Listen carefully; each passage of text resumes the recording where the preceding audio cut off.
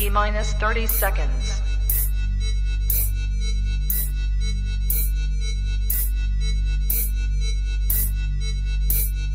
T-minus 20 seconds.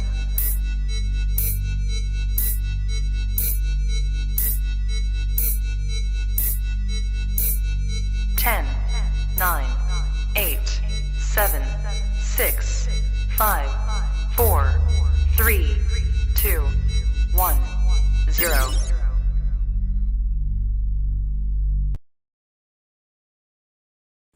Good. You ready for do more in the future? Trap Talk Podcasters? Yes. Man. Only Trap Talk. Exclusive. Yes. Exclusive. Oh. So stop calling us. Rub the spot, get the club to pop. When I come up with the crop, gotta love it or not. I'm hot from the hop to the rub the spot, get the club to pop. When I come up with the rub the spot, get the club to pop. When I come up with the rub the spot, get the club to pop. When I come up with the rub the spot, get the club to pop. When I come up with everybody, we do it. Everybody, we do it.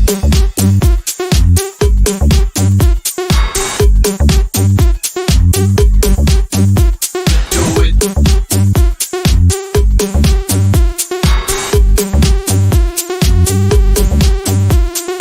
it.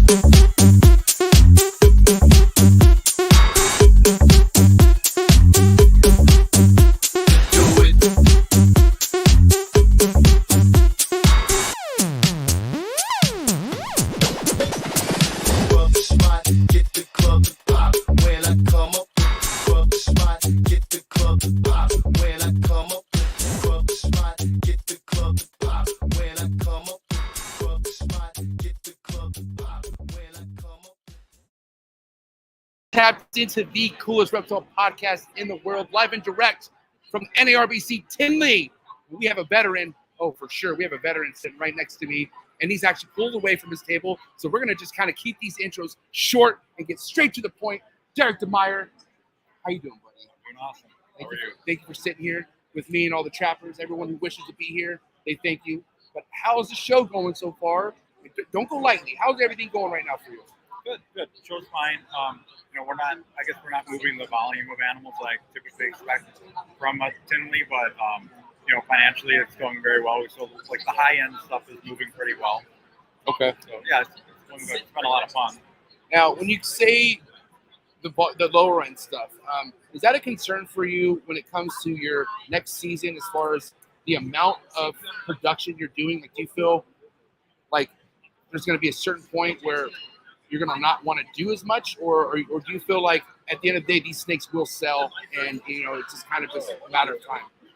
Yeah, I mean they'll sell. They all sell eventually. I might kind of cut back on the lower end stuff a little bit for next year, just so I can kind of get caught up. I had 2021 was such a banner year for me for production, right? And because I had so many, I didn't actually sell out of 2021, so the 2022 started happening.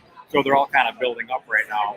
So I've got a lot of snakes, and so I think I might actually kind of come back on production a little bit, and I'll let everything catch up and get my racks cleared out. And then 2024 would be a year that I go more all in again. But I mean, knowing me, I'll end up producing a ton in 2023 as well. Derek, I gotta say, every time I come and see you at these shows, I get such an inspiration on how cool you and your wife are. Had a great night with you and your wife last night, having you guys come and talk on the podcast. But really, man, I really enjoy coming to these shows and just picking up where we left off. The last time we were at the show, we had a great time together. You know what I mean? How important do you feel like it is for anyone to start in the beginning of going shows, even though if they're not anything crazy or blowing out productions left and right? Do you feel like it's still important to get your face out to these shows? Oh, absolutely. Yeah. I mean, there's nothing like meeting somebody face to face. We met online before we ever met face to face. I believe when we did the podcast, right, a year and a half ago. Right. Which round 2 is coming very soon, in person. That's all I got to say. Can't tell you the dates, but it's happening. In person is a lot of fun. Oh, we're gonna do it. I can't wait. And I feel like for people to come meet and everybody else at the shows, it's so much easier to to build an actual relationship with people, meeting in person. And that's, I think, that's actually probably the best part about shows, the interaction face to face with people. Well, it connects the dots. You know what I mean? Because you have people who are like, man, I love this guy's work. Follow him. He's so nice. But you meet him, and it's like, wow. Oh, everything is what it seems, you know? But listen, I want to get straight to business with you here because I know you don't have much time behind me. By the way, this episode is brought to you by the new Clutch app, better website, animal management tool. Got to ask you, Garrett, been in the game for a while. You do have a lot of production on a yearly basis. How do you manage your collection? I mean, and let's, you know, like so many people like myself who like to just physically write things down. I'm old school, but I don't have nearly the amount of production as you do. So I think like I might need something to manage my collection in a sense at that volume. But I want to ask you, what is it that you do to manage your animal collection at the volume it's at right now? Well, I mean, having a large collection means you have to be extremely efficient. So I basically have ID cards. I'm old school too. I write everything out. You know, I like to see everything right in front of me. I don't have time to enter a bunch of data into a program or anything. So I actually keep a breeder card on the tub with the snake, and I've got like the Morph of the snake, the year I produced it, if I produced it, and then the year of the dates that it laid, which is the number of eggs the male that was bred to. And that's really the only data that I keep on all my breeder females. Like, and to me, so when I'm going through and looking at all my breeders, I know exactly what that female has done for me over all the years that I've had her, just from a glance at the card on her cage, on her tub. Right. I mean, at the end of the day, it's like you do what works best for you, right? But one thing I noticed that I feel like the statement that's trying to be made by this website Clutch is, you know, so many people do things what's good for them, but other people just want to be the best at what they do. So a lot of people are looking for ways to better what it is that they're doing. I feel like at the end of the day, when it comes to the progression of the hobby, people are going to want more organized data. And I feel like when it comes to a sell, let's say a $10,000 sell, if you're able to provide the data for that customer in one shot, like one QR scan, like those QR codes, and everything they need is right there, which saves you, I don't know how many times from messaging back and forth. I mean, that's the way I look at it. I feel like that's where it could really potentially raise the bar from anything else that people do, because I mean, time is more than money. Let's be honest, you can't get time back. Right. So in a sense like that, you got to understand that you got to do things that will make your time more manageable versus just wasting time either texting people back and forth. I mean, because think about the window shopper, and even though window shoppers do become buyers, I will say I can't too hard on window shoppers because I've had them come back around and buying.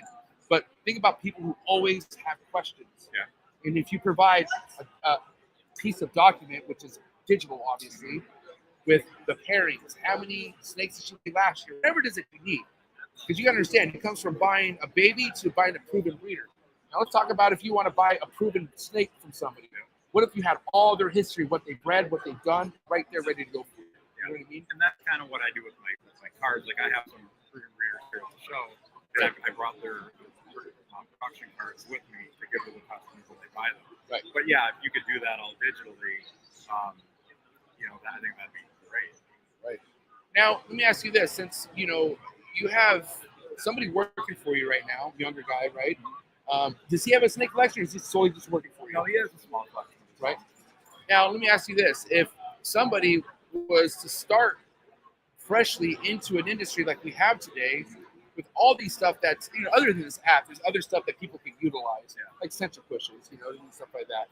Not everyone uses them, but would you recommend anyone young coming to this take advantage of all this new technology stuff? Yeah, even though old school guys maybe not do it, but you know, we're in a new generation. You know, that people want more in that stuff. People want more information. I mean, if you're just starting a collection, it's easy to keep up with entering all that information. And with me, you know, having 600 breeder females and all the males and all the babies that I have, just to get all of that turned into digital would be a huge task. Right. But if you're starting right now, and you can just add new snakes as you produce them or as you get them into that, that would be pretty manageable, pretty easy. I think, and I'm sure that it would really help people keep their collections very organized, and to be able to look at that information, you know exactly what's going on with the collection. Okay, off topic. How or when did chondros get displayed at your table? You have baby chondros at your table? What? When did you breed chondros? I had chondros. I got the first one in 1997. And You're so legend, dude. You're so legend. It took me a long time to talk myself into getting one. But I had her for many, many years. She was a great breeder for me. But yeah, I got her as a yellow neonate, and then I got more of them, and right. I've had a collection for a number of years now already. I'll probably, I'm not that great of a chondro breeder, I would say, honestly. I produce generally like one clutch per year, but I've got a nice group of adults, and if I can concentrate on them a little bit more, I think I could do pretty well with them. Okay, I have about just shy of 21 female adults, about 20-ish female adults. Okay, and if the chondro gods would be like, hey MJ, we'll make you successful at breeding chondros, but you only get one clutch a year, I will so be happy with that. Like, just to be able to, think about going 3 years and everything dying on you. You know what I mean? There's a turning point where you'll just take whatever you can get. And the next guy I'm bringing on right over there, Alan, this guy breeds basins, has suffered mad losses, but has some success to go with that. But it's just like, if you want to talk about something that makes you appreciate what you work with, chondros is it. Well, and every Alan victory, if you can, to be able to successfully produce them, and then get the eggs to hatch, and get the babies to start feeding, you gotta feel good about yourself in that situation.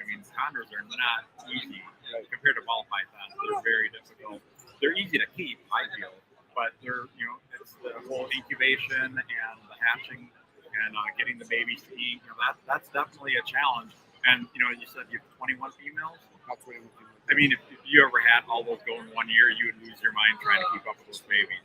You'd spend literally tens of hours a week trying to get those little things to eat. And So what do you think of my friend Socrates out there? He has a goal: 30 clutches in 2026. 30 chondro clutches. And he's somebody, if he says something with confidence like that, he's gonna fucking do everything he can to do it. Yeah, and he's probably also got a real knack for being able to work with them. Dude, and if you can do that, that's great. Like for me, with the number of ball pythons that I have, I just don't have that time to focus on these chondros and getting them to eat and everything. And so I wouldn't personally want to do that many clutches unless my ball python collection was shrunk a lot. But if all you have are chondros and you have 30 clutches, so maybe average 15 babies a clutch or something like that, that'd probably be even a little much. But even if you get 10 per clutch, that's a lot of baby chondros. I gotta ask you a wrap-up question: is it localities that you're pairing up, or these designers? These are locality mixes. Mine are Aru Sarong crosses. Oh, nice. Yes, I produced them myself. So who are the original? Who did you? Do you know who you picked them up for? Because this is the line that you were able to continue from the 90s, you're saying, right? Yeah. From the late 90s. I keep the best latest records in mind, but I think that some of mine trace back to my original female that I had in '97. It's usually pure Aru. Wow. So it's crazy. Yeah, I don't have any actual lineage information on them, but they're all the breeders that I have now are all babies that I produced since 2013. Right. So I had a nice clutch in 2013. I had another nice clutch in 15, and I held back all of them. Right. And then I sold off some extra males, but I kind of kept the 7 pairs. So that's what I have right now, 7 pairs. And then I have some older ones that I've had for like 20 years now that I'm not even really breeding anymore. They're just kind of hanging out at the shop. If I ever get good enough, are you down to trade chondros, baby chondros? Oh, sure. Yeah. Hey, Derek DeMar, ladies and gentlemen, please, if you're at Tinley NARBC, go pick up that low heat. That low end heat is at his table, and of course the high heat as well. All heat at Derek DeMar's table. Appreciate it so much. Go back to your table, go kill it, my man. I appreciate it. Thank you. All right, guys. Got some ball python information in. Now I got somebody else I want you guys to meet. My buddy, my bro, and actually one of my sponsors for this channel. We have Alan from Amazing Basin. Boy, can you do one time for the camera? Yeah, that's my boy right here. What's up, man? Listen, I gotta say, first time I came to Tinley, I saw you here. Yes. You moved quietly. Yes. Incognito. I I try to hang out with, people that I want to hang out with. It's just, there's a lot of people, and I want to spend, more quality time than quantity time, Right. So I know that everybody's busy. But when I come to Tinley, man, it's almost like it's me time too, because I'm a reptile nerd. Right. So I just want to come over here and geek out and see everybody that I'm a fan of and their work and their production that they've been working on for so long. So when I come to Tinley, that's what it is. It's almost like it's me time. So I just try to kind of move quietly. Now, do you feel like it's best to move quietly to have less distractions? Because at the end of the day, you are looking for certain things, right? So when I'm shopping, right, because I want to have laser focus. Tinley isn't a place where I would come to shop for basins, obviously, because people are not close to those. I forget. It's not a wide open thing that people know you work with ball pythons. It's still low thing. Very Did I low. mess up by saying that? No. You're good.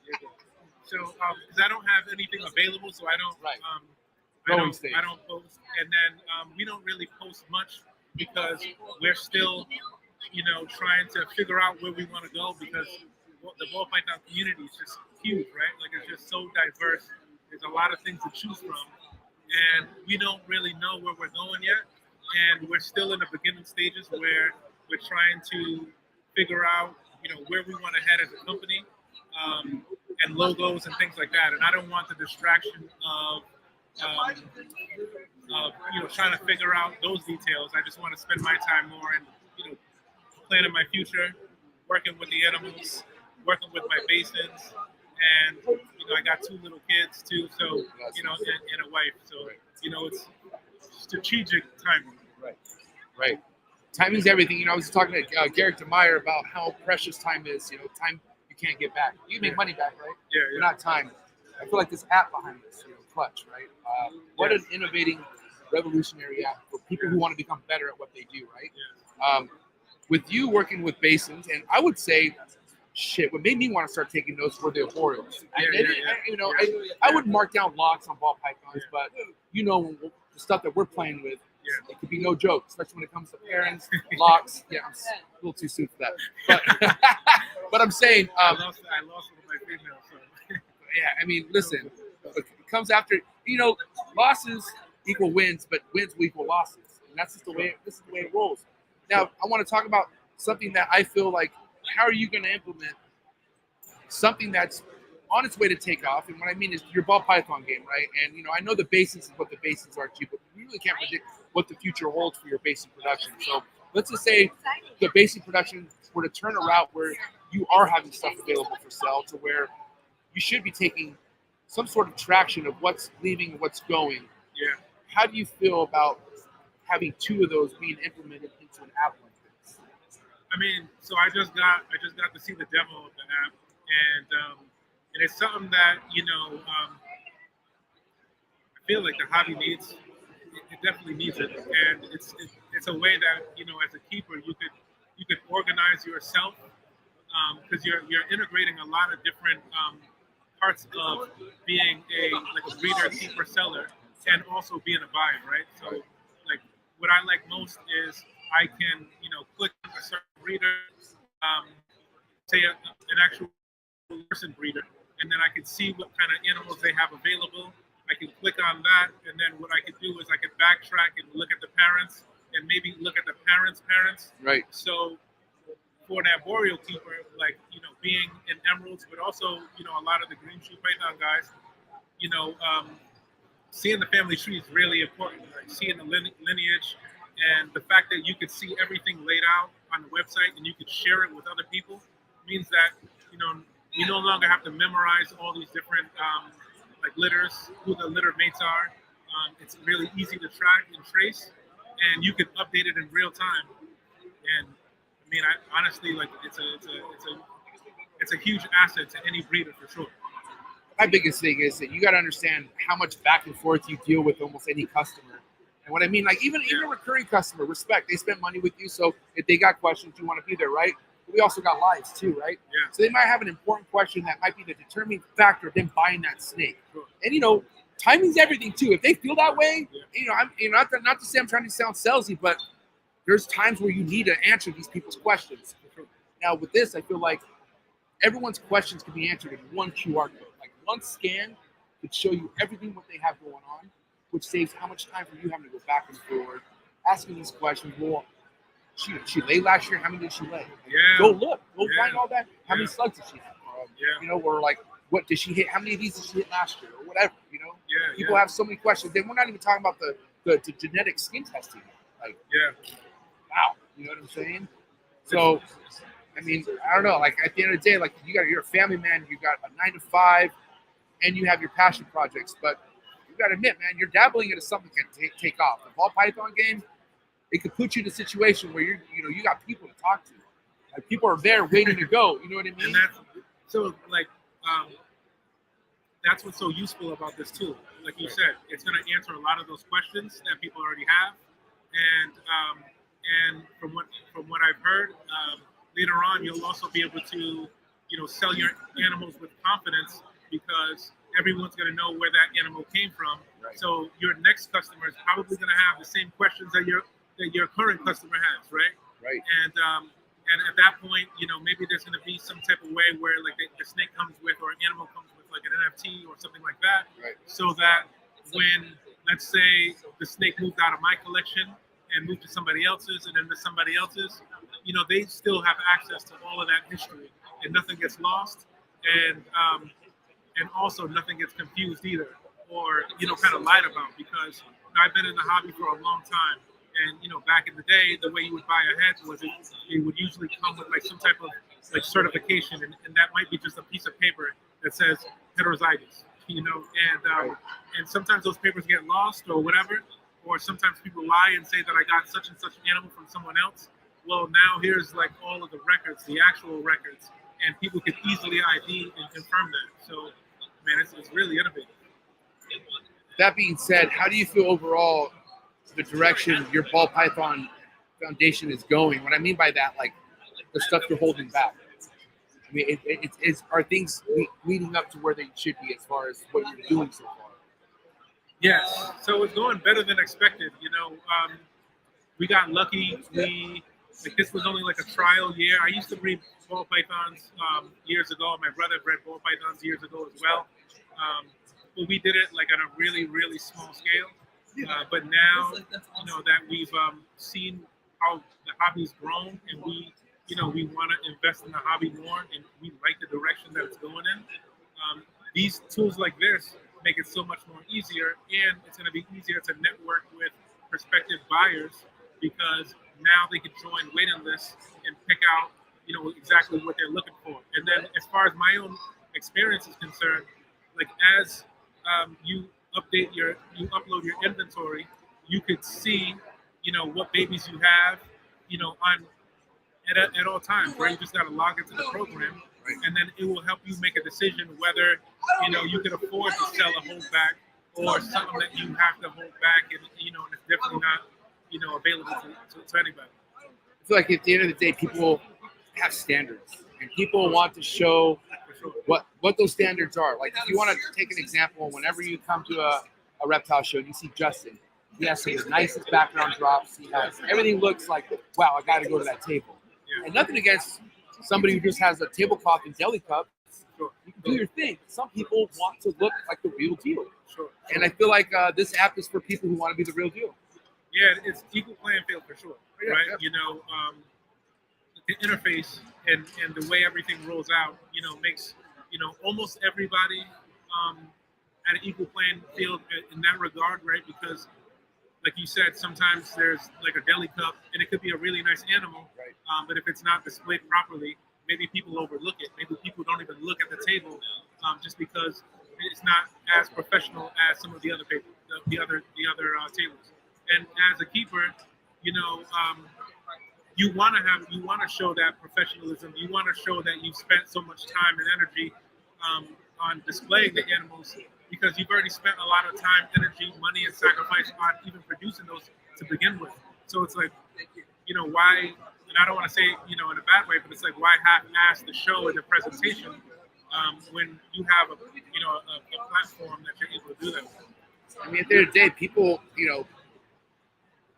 what is that saying? Hold on. Oh my God. Appearance is everything. What's that saying? Oh, you only get it one time for first impression. First impression's everything, right? Yeah. And you gotta understand how so many people are just coming into this and they're going by Justin's tables and getting blown away like people are out doing it. Then somebody who's like not putting that much effort into it, people just seem to walk right by it sometimes, Yeah. So it's like either you got to catch up with the times or just kind of stay back where things are, and that's okay if that's why you do things. A lot of people are doing this for they want to go all in, dude. Like they're in this for the long run, Yeah. And I feel like that's also what's cool about it, right? Because now, okay, let's say example, if I'm displaying a similar animal to like Justin, right? Right. And now I could say, well, look at the sire and the dam. Like they're high quality, right? Like maybe I bought like a pick of the litter, and this animal looks better than maybe someone's third pick, but they used it and the genes are all there, but my animal looks better, and the parents maybe look better. So it is like a platform where everyone can display their animals, and it's easier to see what type of quality that you're going to get and what to expect in person when the animal arrives. So I like that. I like the fact that like a small breeder, like a really small breeder, maybe you only have like 1 or 2 clutches. Now you can compete at a professional level, and not necessarily have to feel like you have to discount your animal because your name is small, like because that often happens, right? With a lot of keepers who come into this say, well, I don't have the same platform like a Garrett or like a Justin or just somebody major. Major name like or Levance, I don't have that platform. So what I want to do is I want to display my animals, and then the animals will speak for themselves. And that's not to say that one person is better than the others, but these are all animals, and all animals look different, and they're all different qualities. And you might prefer something that's like a reduced pattern versus somebody else that prefers a busier pattern. Right. And you can see all that. Right.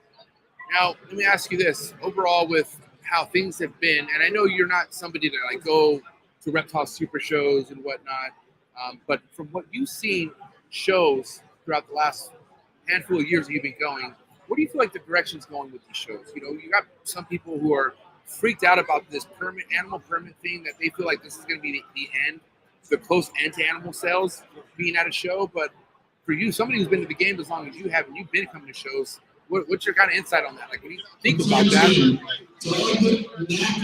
Doug, I've got your kids here. I'm going to auction them off at 6. Wow. Come get them. Shout out to Hissy Fitz, one of my Patreon members. Go get your kids though, bro, please. God damn. Hey, look, I know a lot of you guys love reptiles, but man, your kids should come first, please. Go get your children. So So the shows have evolved in a big way, right? And I think honestly, I think that a lot of it is evolving in the right way. Because back in the day when you would go to shows, I mean, a lot of people are bringing over, animals that have mites on them.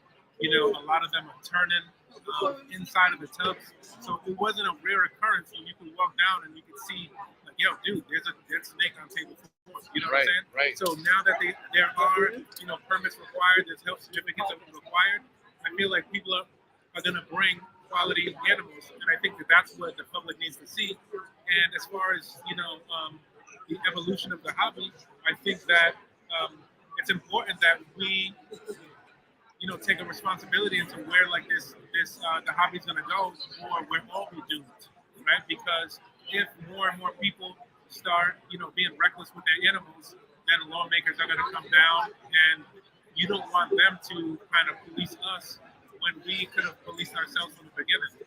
And unfortunately, it seems like there have been like a lot of bad players throughout the years that have been, kind of giving the hobby a bad rap. So it's important. Should be on live right now. It's important to, for all of us to like put some ownership into it and take care of the hobby as a whole. Right. Now, I got to ask you this. Dude, I appreciate your efforts, your hard work behind your Patreon page. I listen, it's not, I got other homies that have Patreon pages. It's not like I don't want to be a part of it, but I'm legit trying to give support to something that's going to help me someday. And that's the way I look at it. But I got to say, man, you're showing the road that you're taking with something that hasn't really given you anything. I mean, you got how many, 3 live litters? 3 litters, right? Which it's hard to just sit on that and be happy with, right? Because you always want to do better the next time around, right? Yeah. But I just want to say, the information that you're putting out could really help somebody that just might need that simple fix that that you're giving out. You know what I mean? Yeah. So what I'm saying is, with this kind of information that you're helping your basic Patreon members with, do you feel like with your ball python stuff, once you start releasing it, it's going to start maybe being released to your Patreon members first? Like you feel like they're the one, even though, because it's weird because you got nothing but faith on Patreon members. Yeah. But some of them do like ball pythons like myself. So I'm curious, are you going to kind of keep the Patreon members in the loop when it comes to your ball python productions being out there first? Are you going to give them that time of day as well when it comes to ball python stuff? If they want it. Yeah, if they want it. But my whole thing was like, I didn't want to, kind of shove another species like on when top, people, when people come to Amazing Basins, I preferred it to be like, oh, check out these basins, and not like check out this, and then also I got this for sale, so I want to kind of cross over. But yeah, if anybody like, I would love to hear more about people that are into basins that are also into ball pythons, because I wouldn't mind like talking more about that and showing more of that stuff. Right. I just don't want to if people come for one reason, I don't want to put another thing on them. Right. Now, for anyone out there who's raising up basins, and they just like, dude, maybe I shouldn't breed them. What do you have to say to that? You should breed them. You should breed them for a few reasons, right? The main reason is they're not being imported. So, like, there's not enough basins in the world, in my opinion. There's only a few people that have that are producing them and that have been successful. So you could be one of them. And if you follow other people that have had success, you can mimic that success, but also, try to reinvent certain things so you can improve it, right? So that there's even more success going forward in the future. I got my success from learning from the pioneers who did it before me, right? Because it's all like trial and error, and it's always like, hey, you know what? If you could pass this information along and I could be successful, then that's only going to make the community be more successful. And my mentors when it comes to basins has been Ed Marino, and luckily, that dude's the captain. Sure. Shout out to Ed Marino. God damn, you legend. And I learned from a lot of other people too, because you can learn a lot from, green tree keepers, Santanilla keepers, boa and general keepers, even ball python keepers. Like a lot of the information, does correlate. But when you're working in a niche group with a particular species, sometimes, or every time, it pays to have a mentor so they can guide you along the way. I'm telling you, man, being a part of his Patreon page pays off. I'm telling you right now. So please go join. Go fuck with my boy Alan, Amazing Basins on Instagram. And you ball python people are listening, just stay tuned. I'm telling you, it ain't nothing light. Yeah. So we got some nice stuff. I appreciate your support. Enjoy the rest of the show, and I'll talk to you soon. Alan, ladies and gentlemen. Jeremy! Random, but I gotta sit him down. All right, let's do it. Grassman in the building. What's up? What's up, Jeremy? Bro? Okay. NARBC Tinley legend. This is like something that you're not, no first timing at this. I mean, Tinley's one of your jams. Yeah, absolutely. How many years have you been coming to Tinley now? Like 7 or 8 years. 7 or 8 years. Yeah. Wow. Yeah. I got to ask you straight off the top, man. I mean, what's your feeling about shows overall? I mean, you're in a state that's like, I don't want to say it's in a crisis, but would you say crisis? I mean, I don't know. No. I don't want to be overreact, but. No, I mean, we obviously lost the right to keep black and white tegus, and then we had the venomous thing happen in Raleigh. But other than that, North Carolina's been pretty stable. Okay, so I'm not super concerned about it. But I mean, you never know. Things change day by day. Right. What's changed with you, man? I mean, obviously you've had a different pace in your life. I know music's been a huge part of your passion, but when I met you, you were super like balls deep in fucking nerd, like taking care of that part. But now you've moved into the music game, but you're also part of the Reptiles. What's going on? How's the dynamic of your life right now? So the balance right now, the balance has still been pretty heavy on reptiles, but music is picking up fast. Right. So I can't disclose everything that I'm working on right now because I'm under contract, but there's some cool things that might change the direction. So because of it this year, I'm going to be downsizing a little bit on certain things. And music is going to kind of step into the forefront a little more. So I'm excited for what that's going to look like.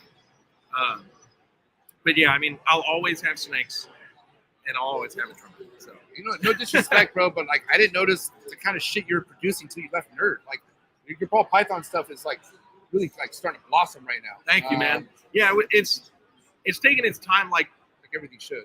Yeah, you know, like when I got back into things after college, I actually didn't want to deal with ball pythons. Like I was kind of like over it. And then the person that I was with at the time decided to get into ball pythons. I was like, all right, well, I guess I'm doing it again. Right. So I've really taken the time to be like, okay, I don't want to amass 200 plus ball pythons. I don't want that, you know. So I've got, 50 slots for ball pythons. So I'm like, they better be the best freaking 50 snakes I can get my fucking hands on. Yeah, right, exactly. So, I like to focus on hidden gene Roma. That's the gene that I like.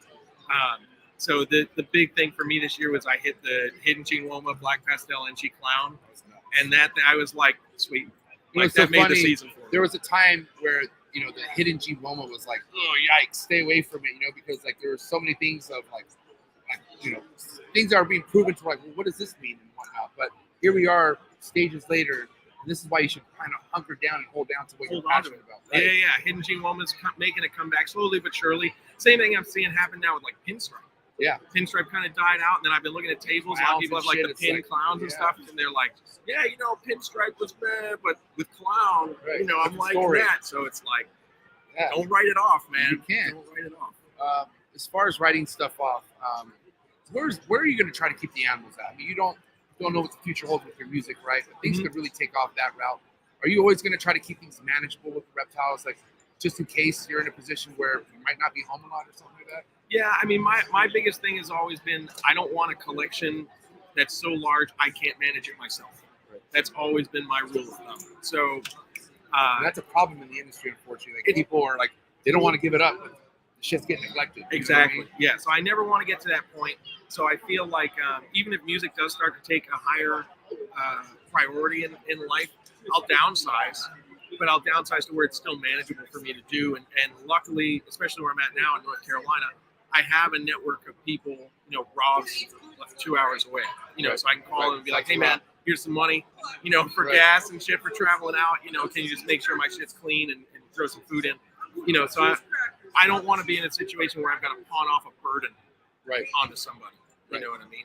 Right. Because it's not right to do. Right, exactly. Because life happens to almost anybody. So like even if someone's nice enough, like, sure, man, I'll do it. Like, what if something happens to them? You know what I mean? Yeah, like, exactly. And like some people like have that nice person who they'll just fucking abuse them. You know what I mean? Like, so we're like, dude, now what? Now they can't do it. And so I feel like you should always be smart how you delegate what you have. Yeah. But I want to lead up to one thing that I feel like can help maybe a lot of people, because you come from a, before social media, what it was, before we had stuff like this website, this animal management website, a lot of people old school, write things down, do things what they felt like it was right. But we're in a new era. What's your opinion, or what's your what do you think when it comes to somebody coming new into this game and having all these new technology things and not taking advantage of it? And maybe just like, well, I got brought, this guy from the 90s brought me up, and he does index cards, and like I said, nothing against that, but we have different tools. How important would you feel like somebody coming in new to this who wants to be in this for a long run, maybe more than a mom and pop thing? You know what I mean? How important do you feel like it would be to utilize newer stuff that's out? So I think record keeping is massive, right? So, and we have way more tools now than we ever did 15, 20 years ago. So I think not taking advantage of it is silly at this point. I still use handwritten stuff for most of my things. But there was a time where I tried to dabble in, back in the day we had Viper Pro software was what we used back in the day. Viper Pro. And it was a cool software idea. The tricky thing is, and I was just talking with John from Morph Market about this, is data entry. So if you're just getting into it now and you've got 5-10 snakes and then you build from there, no worries, right? throw your stuff into a software program, be able to track it, it can make sense. But if you're amassing a collection very quickly, you've got 100 snakes or whatever, the time to input all that data becomes overwhelming really quickly. Right. You know, so my feeling on it is, if you're going to do it, it's an amazing tool. Do it before you get massive. Right. You know, this way you're not worried about, oh man, I got to dedicate a whole day to data entry because you're going to become a zombie. Well, it's by like the some end of us it, are just stuck in our old ways, and it's nothing against it, but like, you know, it's hard. I think about the fucking OGs who had to like finally say, hey, I guess I got to start an Instagram. You know what I mean? And they didn't want to, but now they have to. I got one OG that's coming next to talk to me, who has IG and he comes on podcasts, but you got to get with the now. You got to get with the now. The times, basically. You know what I mean? There's I think of maybe 4 or 5 like older guys that I know that don't really use social media as a major platform for them, but they've been around for so long and are known so well with the right people, they don't need it. Right. They're one of the literally one handful of people that can be like, don't need it. Right. The rest of us, it's like, nah, dude, you got to talk about it. You got to be out there. You got to put yourself out there. People need to know who you are, kind of deal. So it's foolish to think about not using the tools we have today. Right. And because you got to think, a lot of people who probably still could have been here nowadays that just decided not to just get with the times, you know, and you know, you become stagnant, and then that's not really fun, you know. No, of course not. Especially when you see people you were once right there with. They're now like, and you're like, wow, totally what the hell? What snake is that? Yeah.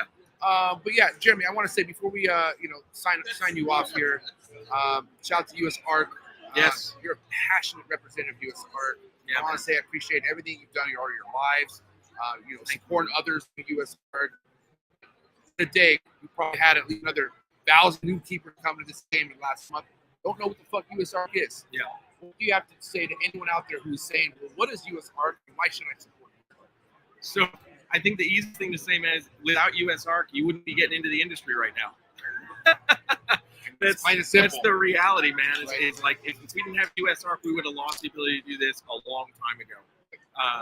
You know, but USARK is what's keeping us alive. They're what's sitting in the courtroom, you know, helping us out. You know, I mean, case in point, you know, now for doing this show, if you're bringing snakes to bend, you get a health certificate. Right. You know, and you were originally. I think it's a good thing from the standpoint of it's going to make people, you know, make sure they're bringing in quality stuff. It gives a standard. It's I think the negative aspect of it is it sounds like it's per species. Right. If you're bringing just ball pythons, no big deal. Right. If you've got 50 species of animals on your table, holy crap. You know, so maybe it's going to make people be like, okay, I can only bring X, Y, and Z. But at the end of the day, if you have 50 species of animals at your table, you better be doing things right. Because 100%. That could be part of the problem. Yes, 100%. You know what I mean? So I think it's good and bad to it, but I think more good than anything else. But thanks to USARK getting involved, it's like, hey, we know this can be a problem to get somebody who has an exotics vet in their area. Right.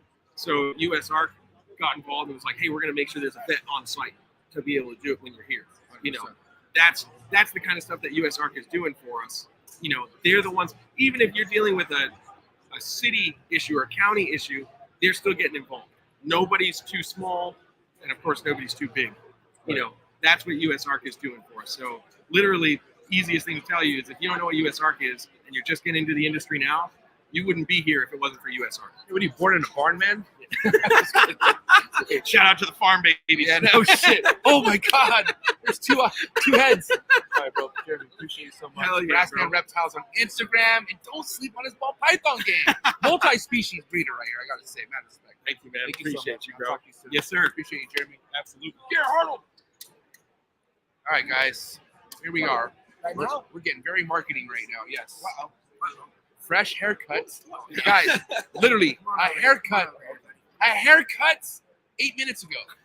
8 minutes ago. Look at this. It's every 8 minutes. It's every 8 minutes. Put some in your beer. Okay, I feel like you're gonna start turning these snake events into like a mini mall. Okay, you can get a tattoo now. You can get a haircut. What is going on? Do you know that there's probably about upwards of 80 people with my logo tattooed on them right now? And you're evilly happy about that. Yeah, I don't have one. Everyone's like, you And can't you don't one, bro. have I'm like, one. no, I ain't gonna tattoo that on myself. You're crazy. I remember just literally seeing you like through stories, just just watching these people Yeah, just look at you, man. That looks like it hurts. dedication. Yeah, no, I love it. Garrett, how you doing, buddy? Good, buddy, man. How are you? I gotta say, one of my favorite displays, if not, no offense to anyone else, my favorite display. Reach Out Reptiles.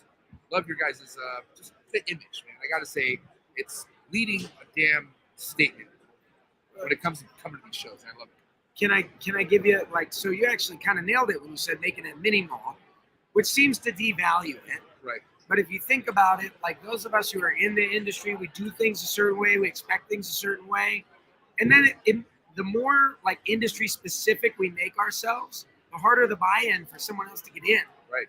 But if everyone knows how to shop at the Apple Store, and your booth is the Apple Store, they feel right at home. You know what I mean? So it makes the whole thing. It actually removes all the distraction of like, who do I go to? Who do I talk to? How do I do this? What should I ask? And it makes them able to just focus on finding the right animal for them. Right. Because those matchups, ultimately, if you can be as salesy as you want. Right. But if you give someone a snake that's not the right snake for them, that snake ends up in a rescue. Right. It's bad for the whole industry. Right. It means you're overproducing. The next guy can't sell one of those. Legislators look at that. The rescuers who start out, feeling good about it, get down on, like, oh gosh, neglected reptiles, it just contributes to all the problems. So, I feel like another thing that I feel like that's a big kind of a trend at your booth is it's homey feeling. Like I see a lot of your loyal people that are there meeting other loyal people. Yes. And it's like first time meeting you and stuff like that. And you want to talk about growing something, bring people together for it. You do it too, though. You have the barbecues at your house. Yeah. Because we all want to meet you, but there's also like 10,000 other people coming through this weekend. Right. How much better if I could just go hang at your barbecue? You're going to remember that I was there. Remember that time that scrub bit you in my room at your house, whatever? You're going to remember that forever. Andrew. You know what I'm saying? You know what I'm saying? So, Oh my gosh. yeah. Now, I got to say, behind me, one of my sponsors, Clutch, Animal Management Tool. You're somebody very innovative. Like you're ahead of the curve, I feel like.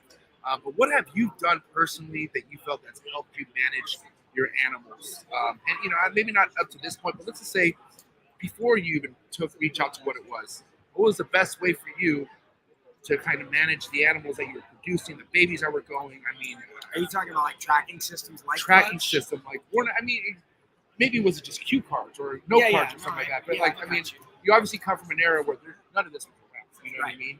Right. But you have things that work for you. I've been to Reach Out Reptiles facility, and it's ran the way you guys want it. Yeah. But I'm curious with stuff that is now available nowadays. Do you feel like something like this could have helped you out in the beginning? Oh my God. I was just watching the presentation over here with Justin, and I was like, this does that too. It does that too. There's like 8 different things that we do that this takes care of. So I'm pretty old school, and I track a lot of that. You actually can see like our husbandry records, for example, are Right. on the cage. So at a glance, I can look at that snake and be like, it's had 4 meals, and it skipped the last one, or it ate only quail, or whatever. And I can see all that as I look at it, so that I know coming in immediately what the best action to take for the animal was. But then you have like lineage, and especially super important for very us. important. Yeah. Right. What percentages, locality, all this stuff. So that's all tracked, kind of more linearly on paper, this to that, And then I have like photo records of like parents and clutches all just stashed in folders in a computer that I know how to dig through. Well, okay, let's talk about the direction you're taking your brand now is making records be easy to find. Yeah. And when it comes to you buying an animal, the brochures, like everything has a serial number on it, right? Yeah, actually, if you look at our website, we just build it out on a website, which means we have to constantly re-enter that input.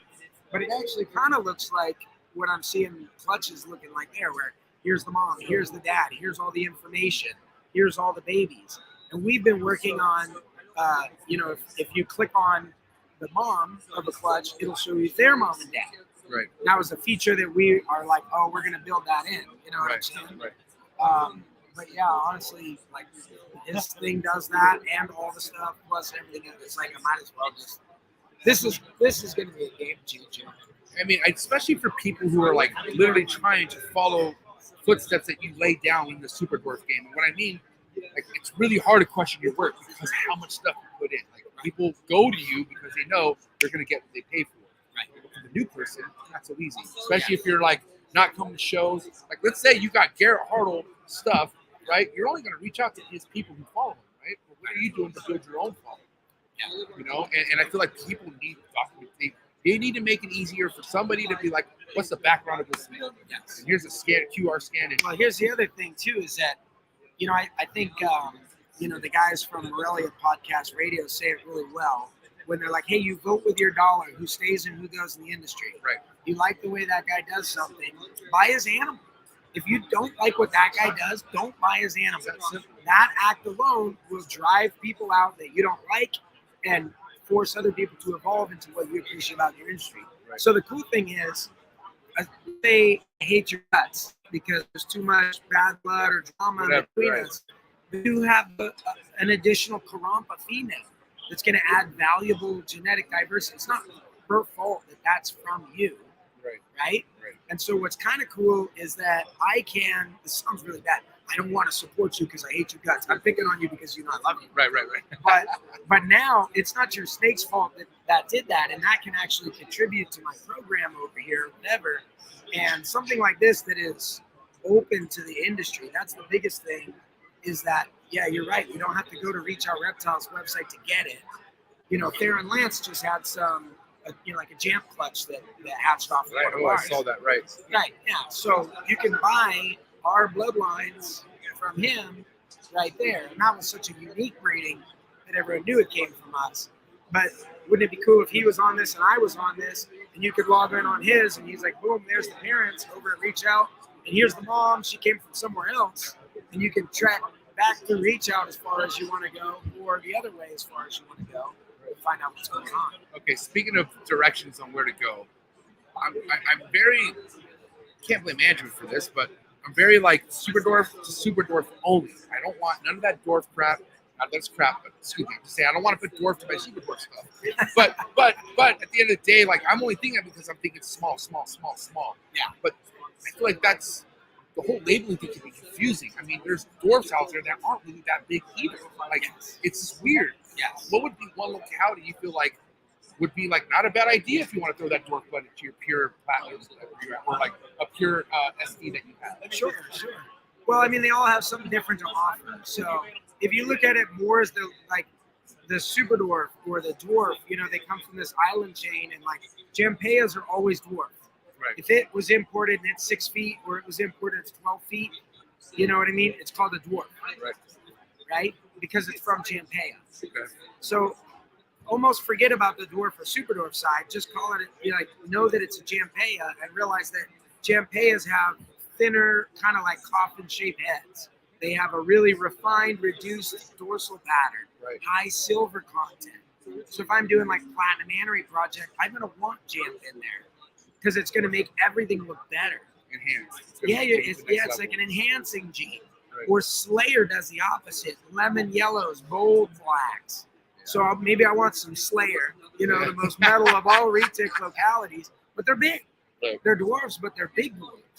And Slayers can be a handful, right? I mean, sure. Is it Slayers or Tarnates that can, or is it both? I mean, probably both. I don't know how much of that has to do with like being close to wild caught still, because they're not like, I don't know if there's like a lot of like F4 Slayers or Tarnates. I know it's not Tarnates, but yeah. So the show ends in 7 minutes. Auction starts on the north side of the building. All right, we've got 7 more minutes. Please start wrapping up your purchases and get everything prepared. While overnight security in here tonight, the temperature will be 75 degrees. Announcement, stand by. All right. And these guys are not at the show. You guys are missing out. Dude, what a show, man. This You need is to a blast. Yeah, this is a good one. You know what's funny? You were here yesterday, right? Yeah. What about the vibe yesterday? Like, it felt like a Saturday. Like, it was packed yesterday. I couldn't believe how packed it was for VIP. I think the secret is out. Friday is the day to go to the show. I mean, that everyone's like, oh, I got to miss Friday, but I'll be here Saturday and Sunday. And I'm like, look, unless you need to buy 120 leopard geckos for wholesale thing, Don't worry about Sunday. Come Friday, come Saturday, hit the auction, you're done. You want to talk about like getting a chance to meet people when there's nobody around. You know, for the most part, you come early Friday. You come and see this vendor as they're setting up. You know, shoot, you might even need some help. You know, you never know. Oh, and yeah. that could just be like, hey man, I got the snake. It's all about relationships, man. It is. And you can't rely on your phone all the time. You know? Even if it's the animals, the best animals are there on Friday. They're sold by Saturday. Right. You know what I'm saying? Yeah. But anyway, All right. no, this stuff's the future. I think the locality stuff.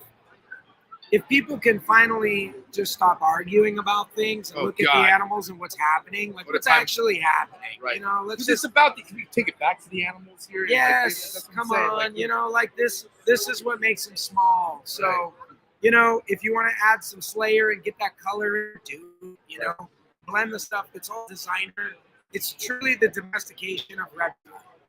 We're in the forefront of it. We need another 100 years or whatever.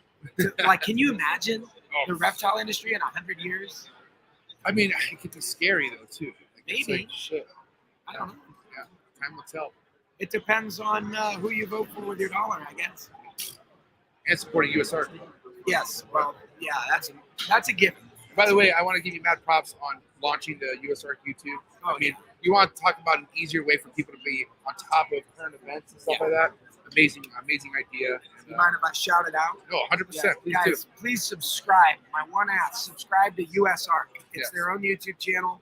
And the cool thing is, like, we bring all the different YouTubers and stuff on there. Yeah, exactly. And so it's kind of fun to see them in a laid-back scenario. And then when an alert goes out, I can film it, throw it up. We have our little studio. Like, what's up, guys? I'm Garrett with USARK. Did you know they're trying to do this right now?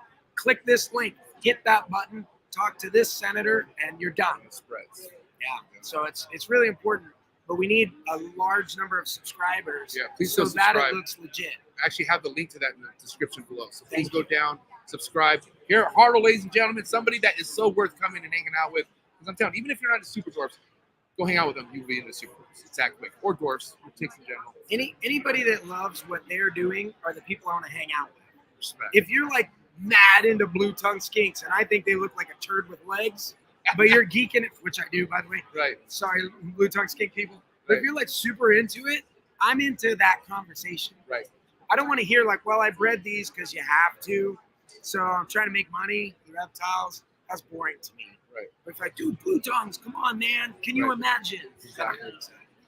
So I love what you're doing with the whole thing, dude. Appreciate it. Making it more like other industries out there and bringing all the people in. So you're doing a good job with that stuff. Appreciate it, man. Thank you so much, Garrett Hartle, ladies and gentlemen. Steve Morph. Let's go, Steve. Steve Morph, bringing it back with style. Look at this guy's hair, okay? This guy's hair is not to be slept on. Looking good, my man. How you doing? Good. Good. Yes. What a time. It's been a great show. How's it been, you feel like? I think it's the best I've seen it yet. Really? The crowd of people that are here, people telling me there's no parking spots in the parking lot. Here I'm off to something else. Sales have been great. Nice roof. Right. Things are moving. Let's talk about your biggest year so far. It's happening right now, right?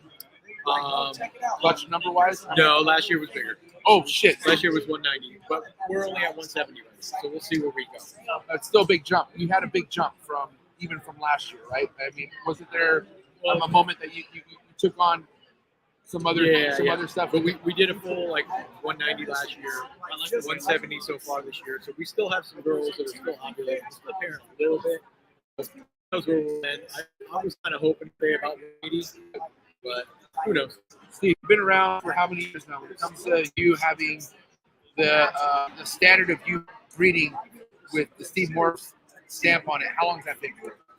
A little over 10 years. A little over 10 years. So definitely before all this stuff. Oh, God. What I mean by like he was there. Animal management plan, animal management websites, and just different kind of new technology, like talking about sensor pushes and stuff like that. Right. Yeah. So now that you're in this position, 170, 190 clutches, how are you managing your collection when it comes to all your clutches and stuff like that? Yeah, because I respect anyone who's old school. They have no. I am old school. I write everything down. I keep clutch cards. That's basically how I do everything. I don't use any of these programs like this. It kind of scares me a little bit because me too. I have a lot of animals, so if I have to input 500-600 animals, that's going to be very time consuming. I don't have a lot of time as it is. Right. To add doing that plus posting stuff and everything else, I mean, it's going to be very time consuming for me. I'm not totally opposed to it. I'm not going to say I won't do it, but I think it's going to be a little bit before I can jump into something. Maybe do my holdbacks, put them inside, keep track of them, or maybe do half of my collection, maybe 25% of my collection, right? And then put it all input on there, and then just do it gradually. Hot species, hot morph topic of the show: zebra. Zebra. Man, how's it going with that? You had you had some actual zebras displayed here at the show. No heads. You have heads, but you actually have visuals. We produced our first visuals this year. We did pastel zebras, and then I had Adam Chelsea send me a box, so he has the most amount of visuals out of everybody right now. So Justin's in the project. I mean, there's a bunch of other scatter people that have one or two, and they're starting to make their heads and stuff. But he has the most visuals, so I said, why don't you ship some to me, get them over here, put them on the table, show everybody what it's all about, and it's been pretty positive. Everybody really seems to like it. I mean, the combos that we have, I mean, they're not over the top crazy stuff, but it's like orange dream, yellow belly stuff, Pastave stuff, but it really holds that pattern really well, and it's showing that band in it. Yeah. But and a lot of people from Canada are talking about it and stuff. They're all, some of them have already invested into it. So I think there's a lot of potential for the next few years for that. Plus, we're still at the ground floor. That's a question for you. What's the potential you feel like overall for the reptile shows? You're somebody who's done a lot of shows. I do a lot of shows. I mean, I do some Repticons and stuff like that. I've done some Reptilian Nation. I haven't done Show Me in a little bit, but I think the promoting has got to be done. The promoting needs to be done. More promoting, because some of these shows are not being promoted. I think that falls on the vendors too, man. Like the vendors need to, they need to get their asses out there and just not rely on everyone just following NARBC. You know what I mean? There's way too many shows too on top of it. Some of the smaller areas. I'm in Florida. We have a show every other weekend or every weekend. But I think the shows will still be good. The laws are changing a lot. Laws are going to affect a lot of stuff. Now we have to, we should have all been abiding by this, where we have to have a certificate to get into the state and all that stuff. I mean, those have been laws for like 2007, but they just haven't been enforced. But I think we're going to see more of that, much more of that. But shows are. Tinley's always going to be a great show. Arlington's always going to be a great show. Daytona's always going to be awesome. But some of these smaller shows, I don't know. They keep doing as many as they're doing. Might be a burnout, right? It's going to be a burnout. There's no anticipation. Nobody's really. And the anticipation is everything. That's why people go. When we used to have a show once every 3 months, once every 6 months, everybody was saving up or going. They were like excited about it. So you got one every weekend. It's kind of lost that thrill. It's like, if I don't go this weekend, I'll go next weekend, and I go the weekend after. Right. Same people and everything. So, but I think these bigger shows are always going to stand alone. Well, I know any show that you're at is going to be big. I'll tell you that much. Steve Morph, ladies and gentlemen, please go give him a follow on Instagram and go check him out. NARBC Tinley. His stuff is not to be slept on, just like his hair. Thank you, Steve. I appreciate it. Thanks, buddy. Have a good show. All right, buddy. Justin.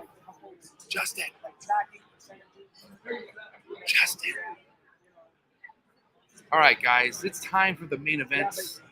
We have the man of the hour, Mr. Clutch, a.k.a. Mr. Canova, in the building. Hi, Justin. Hey. As Gary calls him, Jason. How you doing, buddy? There it is. Man, what a lot of pressure. Man, I feel so much better now than I felt last night. I did not sleep well. Everyone's jamming off the demos, though, man. I'm hearing a lot of good feedback, and apparently the demo you showed me in Arlington is already improved. Big time. Right.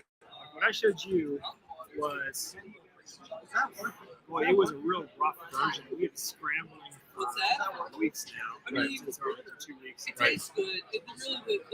Hours-long meetings every day with the to get it to where it is now. Right. Wow. Across the finish line like last night. I've been asking guests since last night about the Clutch.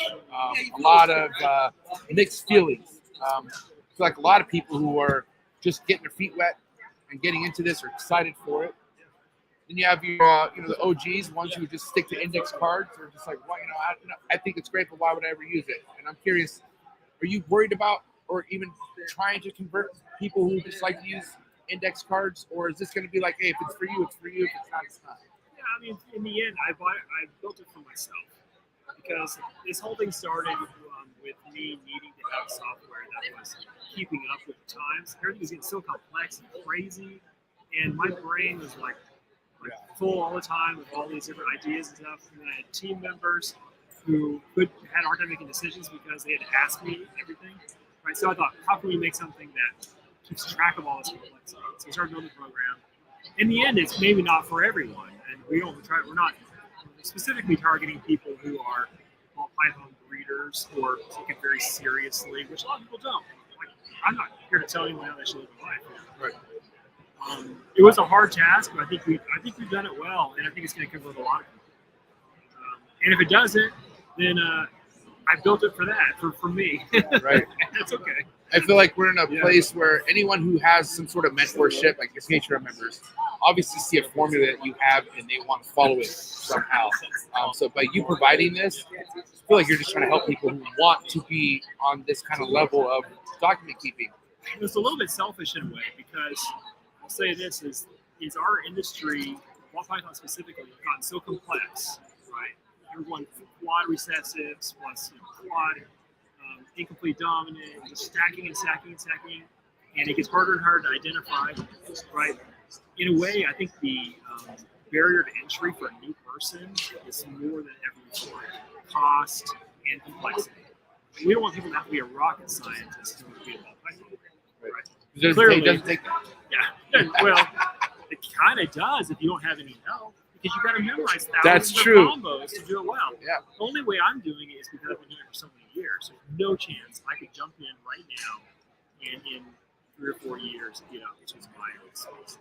Right? Yeah. So the point of Clutch is to level that playing field enough that we can keep doing what we do. I wouldn't worry about a fall off, honestly, of people not feeling like they can be part of this game anymore. If the learning curve is too steep. Right. And we want to make it so they can get in, barriers and entries are low, have fun with it, jump in, get their feet wet, and feel like they get some traction. Hopefully this program will help them. Now, when it comes to the pricing of what it's going to take to be a subscriber to this, are you guys taking into consideration the keeper who doesn't have much money or like trying to get their feet wet, but they're just like on the up and coming?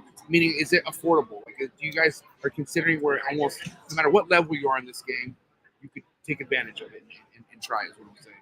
Right now, our goal is to make the most expensive tier $50 a month. I think it's our target, which I think is pretty on par with other solutions. But that's for everything, no holds barred. For people who don't have that much or don't want to do that much, we want to have other options. There's be a free tier as well.